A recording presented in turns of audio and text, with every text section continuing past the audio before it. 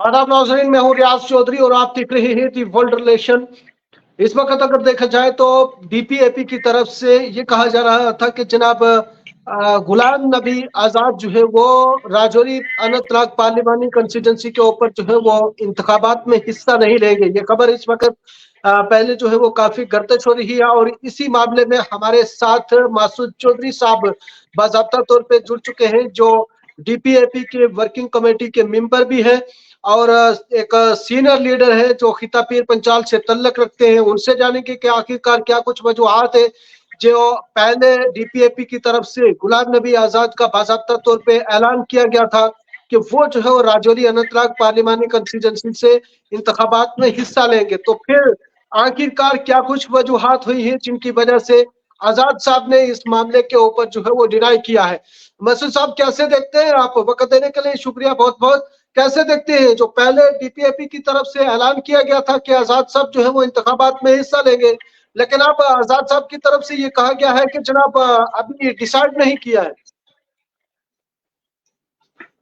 शुक्रिया बहुत बहुत रियाज साहब।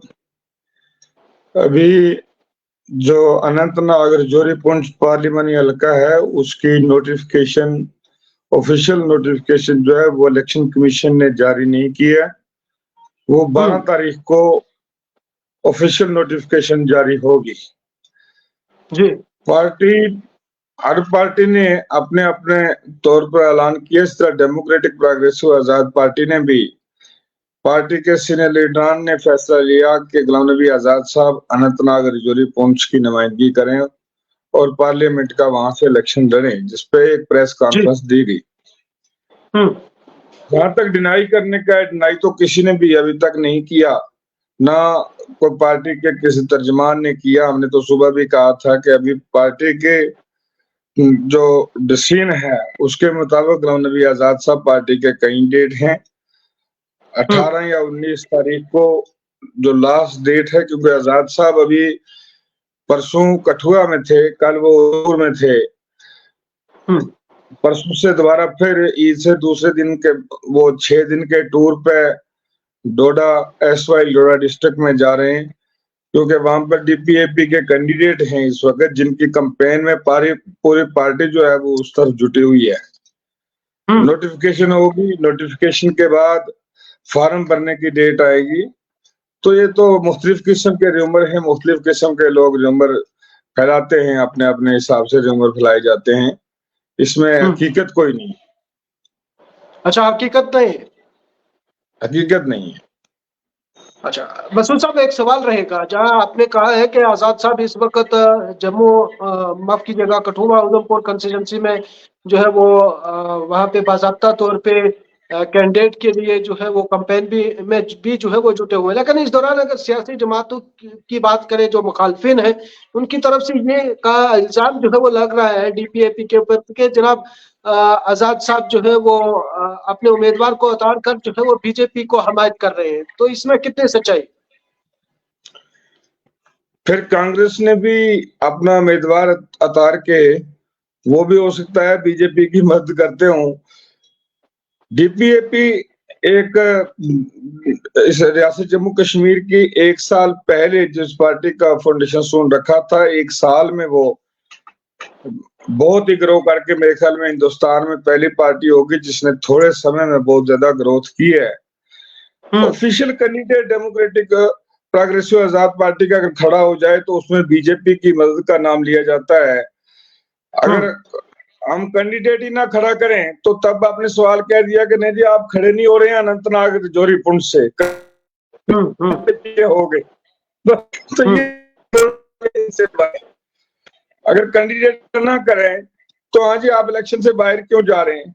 कैंडिडेट खड़ा हो जाएगा तो वो बीजेपी की मदद, क्योंकि गुलाम मोहम्मद सरूरी साहब 3 टाइम जीते हुए एमएलए हैं, 2 टाइम वो वहां से कैबिनेट मिनिस्टर भी रहे हैं, एक सीनियर लीडर पार्टी के जो है उनको वहां से खड़ा किया गया और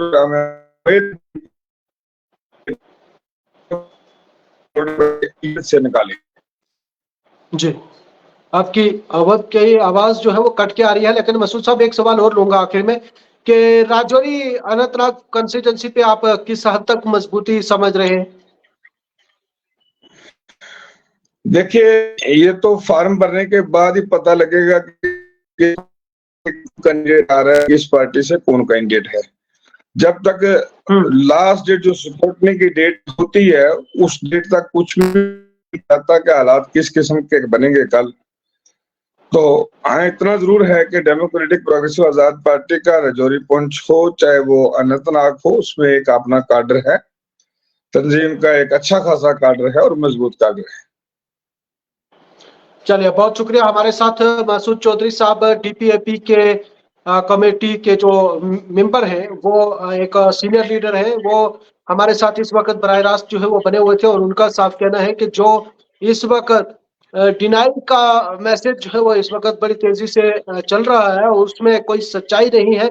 ये कहा जा रहा है कि गुलाम नबी आजाद जो है वो पार्लिमानी इंतखाबात यानी कि राजौरी अनंतनाग कंस्टिट्यूंसी में बाकायदा तौर पे हिस्सा लेंगे। उनकी तरफ से कहना है कि पार्टी की तरफ से कोई भी किसी भी किस्म की ना कोई स्टेटमेंट है और ना ही कोई इस तरह की सर्कुलर जारी हुआ है, और जिसके ऊपर ये कहा जाए कि गुलाम नबी आजाद इस कंस्टिट्यूंसी के ऊपर इंतखाबात नहीं लड़ रहे हैं। उनका साफ कहना है कि 12 तारीख को ऐलान जो है वो इलेक्शन कमीशन ऑफ इंडिया की तरफ से ऐलान होगा, और उसके बाद जो है वो अगला फैसला लिया जाएगा। लेकिन डिनाई का अभी तक कोई जो है वो उन्होंने डिनाई की पूरी तरह जो है वो मुस्तरद कर दिया है।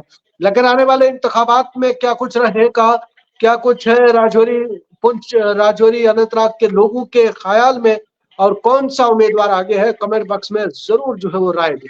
बहुत शुक्रिया।